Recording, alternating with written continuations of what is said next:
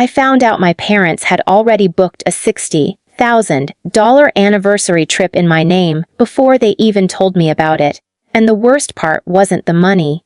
It was the way they said it so casually, like it was already decided, like my role in the family had quietly shifted from son to personal bank account. When my mom finally told me, smiling like this was some beautiful surprise, I remember my stomach dropping and my ears ringing, and all I could think was, how did we get here, and was I really expected to just say yes? So I need to know before I go any further, was I wrong for not immediately agreeing to fund my parents' dream anniversary trip just because I make the most? I'm the oldest of 3. Growing up, my parents always told us we were a team. That family looks out for each other. My dad worked a steady but modest job. My mom stayed home for most of our childhood and picked up part-time work later. Money was always something we were aware of but never desperate about. We weren't rich, but we were comfortable enough. Birthdays were simple, vacations were road trips, and extras were rare. I learned early on not to ask for things because I didn't want to stress them out. That sense of responsibility kind of stuck with me. I was also the kid who did well in school, the one teachers praised, the one relatives compared their kids to at family gatherings. "Why can't you be more like him?" was something I heard whispered more times than I can count. When it came time for college, I got scholarships and worked part-time so my parents wouldn't have to take out loans. They were proud of me, and I was proud of myself. After graduation, I landed a job in tech that paid more than anyone in my family had ever made. It wasn't overnight success, but within a few years, my salary had climbed significantly. I was comfortable, not flashy, but stable. That's when the comments started. At first, they were jokes. My dad would laugh and say things like, "Looks like you're the rich one now." Or my mom would nudge me and say, "Wes, we picked the right kid to invest in." I laughed along because it felt harmless, and honestly, I was grateful for everything they'd done for me. When my younger siblings needed help with textbooks or rent during tough months, I stepped in without hesitation. When my parents' car broke down, I paid for the repairs. When the roof needed fixing, I covered part of it. I never kept score because that's what family does, right? Over time, though, it became less about emergencies and more about expectations. My mom would mention things she wanted in this indirect way, like, "Oh, that kitchen renovation would be nice someday," and then glance at me. My dad started asking my opinion on their finances, not because he wanted advice, but because he wanted reassurance that everything would be fine. And when I'd say something like, "Well, you have to budget," he'd laugh and say, "Easy for you to say." The anniversary trip idea didn't come out of nowhere, but I didn't realize how far it had already gone until it was too late. My parents were approaching their 40th wedding anniversary, and my mom had been talking about it for months. She'd say things like, 40 years deserves something special, and I always dreamed of seeing Europe. I assumed she meant maybe a modest trip, something planned carefully, maybe something all of us kids would chip in for as a gift. I even thought it might be nice to surprise them with flights or a hotel stay. In my mind, this was a family discussion that hadn't happened yet. Then one evening, I went over for dinner. Everything seemed normal until dessert. My mom brought out tea, sat down across from me, and said, "So, we have something exciting to tell you." My dad smiled, this proud, almost relieved smile. My mom pulled out her phone and started showing me pictures: Paris, Rome, Santorini, 5-star hotels, business class flights, private tours. I remember blinking, trying to process what I was seeing. She said, "We finally booked the anniversary trip." I asked, "Booked as in reserved?" And she said, "Yes, everything's confirmed." Then, like it was the most natural thing in the world, she added, "We'll put it under your card." I actually laughed at first because I thought she was joking. I said, "What do you mean my card?" And my dad chimed in, still smiling, "Well, you make the most, and this is a once-in-a-lifetime thing for us." My mom nodded and said, "We knew you'd want us to enjoy it without worrying about money." I felt this rush of heat in my chest. My heart was pounding, and my mouth went dry. I asked how much it was, even though I already had a sinking feeling. My mom hesitated, then said, "Around 60,000, give or take." She said it the way someone says the price of a used car, not like a number that represents years of savings. I sat there in silence, staring at my tea. $60,000 wasn't going to bankrupt me, but it was not pocket change. It was a significant chunk of my savings, money I'd been setting aside for my own future, for a house, for emergencies. And the biggest shock wasn't even the amount, it was that no one had asked me. There was no conversation, no, "Would you be okay with this?" It was just assumed. I tried to keep my voice calm when I said, "You should have talked to me before booking something like this." My mom's smile faded slightly. She said, "We didn't think it would be a problem." My dad added, "You're doing so well. We're your parents. We sacrificed a lot for you." That word, sacrificed, hit me hard. Of course they had sacrificed. I knew that. But it felt like it was being used as leverage now. I said, "I'm not saying you don't deserve something nice. I just wish you'd asked." My mom's eyes welled up, and she said, "So you're saying you won't do this for us?" The room felt heavy. I felt like I was being tested, like this was some measure of my love and gratitude. I said I needed time to think. My dad sighed and said, "There's nothing to think about. It's already booked." That's when it really sank in. They had already decided. My input was irrelevant. I went home that night feeling sick. I couldn't sleep. I kept replaying the conversation in my head, wondering if I was being selfish. I thought about all the times they'd helped me, all the times I'd told myself I was happy to help them now. But this felt different. This felt like my autonomy had been taken away. It felt like I was being punished for doing well. The next day, my siblings started texting me. My sister said, "Mom told me about the trip." "That's amazing of you." My brother said, "Wow. Must be nice to be able to do that for them." Neither of them asked if I was okay with it. It was already framed as something I had agreed to. When I told my sister I hadn't actually said yes, she replied, "Don't be that guy. They're old. Let them enjoy life." That phrase, "Don't be that guy," stuck with me. What guy? The guy who sets boundaries. The guy who doesn't want to be treated like an ATM. I started to feel isolated, like the villain in my own family story. Over the next week, my parents acted as if everything was settled. My mom would send me messages about outfits she was buying for the trip, restaurants she wanted to try. My dad joked about how I should come visit them before they left. Since I'm sponsoring the whole thing, every message tightened the knot in my chest. I checked my bank app obsessively, watching the pending charges. Seeing those numbers made it real in a way words couldn't. I tried to have another conversation with them. I went over and said, "We need to talk about the trip." My mom immediately looked defensive. I explained that while I loved them and wanted to celebrate their anniversary, $60,000 without discussion was too much. I suggested alternatives, scaling back, involving my siblings, or postponing until we could all plan together. My dad's face hardened. He said, "So now you're counting pennies with your own parents." My mom started crying again. She said, "I told all our friends about this. They know our son is sending us on this beautiful trip." That felt like another punch. Not only was it assumed, it was announced.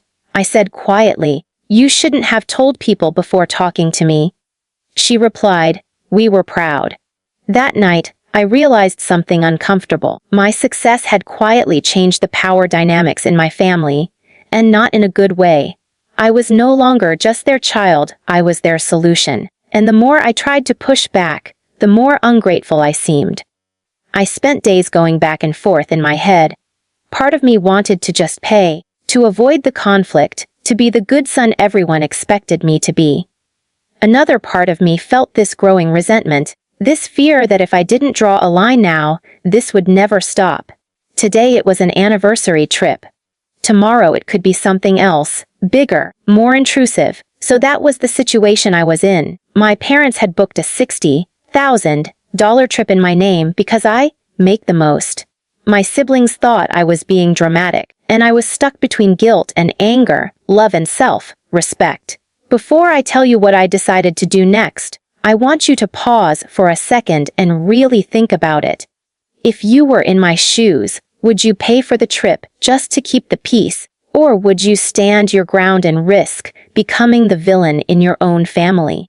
I kept reading the messages from strangers online after I anonymously shared my situation, and for the first time since this whole mess started, I felt seen. Some people said family is family and money comes and goes. Others said I was being emotionally manipulated, and that word stuck with me, because it explained the tight feeling in my chest that wouldn't go away. I realized that whatever choice I made next was going to define my relationship with my parents going forward, not just about this trip, but about boundaries in general.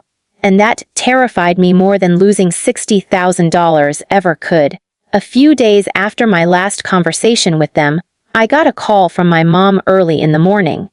She sounded cheerful, like nothing was wrong, and immediately started talking about how she'd found an even better hotel upgrade and how it was only a little extra.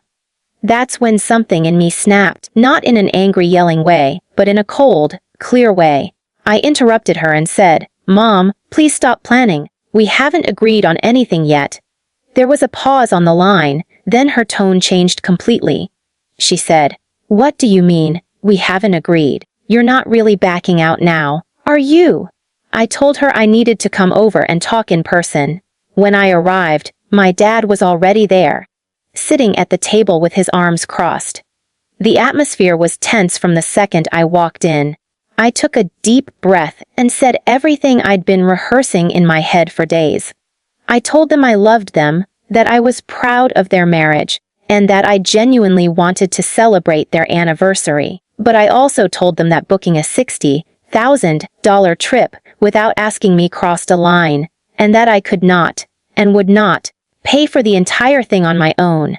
My mom immediately started crying again, but this time I didn't feel the same urge to back down. My dad raised his voice and said, "After everything we've done for you, this is how you repay us." I felt my hands shaking, but I stayed calm and said, "I repay you by loving you, by helping when I can, not by being forced into financial decisions without consent." I told them exactly what I was willing to do. I said I would contribute a reasonable amount as an anniversary gift, something generous but not destructive to my own future, and that the rest would either need to be scaled back or split among my siblings. That's when my dad laughed bitterly and said, "Your brother can barely pay his rent, and your sister has kids. You know that. This falls on you." Hearing it said out loud made me realize how deeply ingrained this expectation had become. I replied, "That's not my responsibility. I didn't choose their circumstances, just like you didn't choose mine." My mom looked at me like I'd slapped her. She said, "You've changed. Money has changed you." That hurt more than I expected. I told her quietly, "No. Money just showed us a problem that was already there." I explained that my success didn't mean I stopped being their child with my own life and goals. I told them about the house I was saving for, the anxiety I felt about being their default safety net, the resentment that was starting to build. My dad shook his head and said, "So what, you'll let us cancel and embarrass ourselves?" I didn't want to embarrass them, but I also didn't want to be trapped. I said, "If you want to keep the trip, we need to change it. If you want something this expensive, it needs to be a family decision."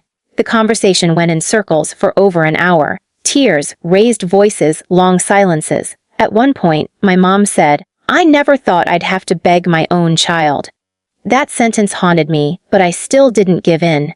Eventually, I told them my final decision. I said I would contribute $15,000, no more. That was already more than I'd ever spent on any gift in my life. I said they could use it however they wanted, toward the trip or something else, but I would not be paying the full amount. My dad stood up and said, "Then I guess this trip is ruined." I replied, "No, it's just different from what you imagined." I left their house feeling drained and hollow. I expected my phone to blow up immediately, and it did, but not how I hoped. My sister called me crying, saying Mom was devastated and that I'd broken her heart. My brother texted, "Can't believe you're being so cheap when you can afford it." Cheap. That word stung almost as much as ungrateful. I tried to explain my side, but it felt like shouting into the void. A week passed with minimal contact from my parents. Then my mom sent me a long message about how she couldn't sleep, how she felt ashamed telling her friends the trip was changing, how she felt like she'd failed as a mother because her son wouldn't step up. I stared at that message for a long time. Old habits kicked in. That instinct to fix everything, to take the pain away. I almost sent a reply saying I'd cover it all. I even opened my banking app again, thumb hovering over the transfer screen. But then I imagined the future. I imagined this happening again and again. Bigger trips, renovations, bailouts, always framed as love, always backed by guilt. And I realized that saying yes this time would mean saying yes forever. So I replied kindly but firmly, repeating my boundary. The next major development came when my parents decided to talk to the travel agency. Apparently, they'd assumed everything was non-refundable, but once they actually explained the situation, they found out parts of it could be changed. Flights could be downgraded, hotels switched, the itinerary shortened. When my mom told me this, her tone was different, less entitled, more subdued. She said, "We didn't realize how much we went overboard." For the first time, I felt a crack in the wall between us. They ended up reworking the entire trip. It became a much more reasonable 2-week vacation instead of a month-long luxury tour. My $15,000 covered a significant portion, and my siblings pitched in smaller amounts they could afford. It still wasn't cheap, but it was no longer an absurd burden placed solely on me. The day they left, my mom hugged me and said, "I hope you know we are grateful." It wasn't an apology, but it was something. While they were gone, the family dynamic shifted in subtle ways. My parents stopped making jokes about my income. They stopped assuming. When they got back, they showed me pictures and thanked all of us kids collectively. For the first time, it felt like a shared gift, not an obligation. The real aftermath, though, was internal. I realized how close I'd come to resenting the people I loved most. I also realized how hard it is for parents to accept that their children grow up and become separate adults with their own boundaries. We're taught to sacrifice endlessly for family, but no one really teaches us where the line is between generosity and self-erasure. Months later, my mom admitted during a quiet conversation that she'd gotten carried away because, in her words, "It felt nice to finally not worry about money." I understood that, more than she probably realized. But I also told her that worry can't just be transferred onto someone else without consent. She nodded, and that was the closest thing to a real acknowledgement I think I'll ever get. Looking back, I don't think this story is really about a trip. It's about assumptions. About how success can turn into silent expectations. About how saying no doesn't mean you love someone less. It just means you love yourself too. I still help my family when I can, but now it's on terms we talk about openly. So was I wrong? I don't think so anymore.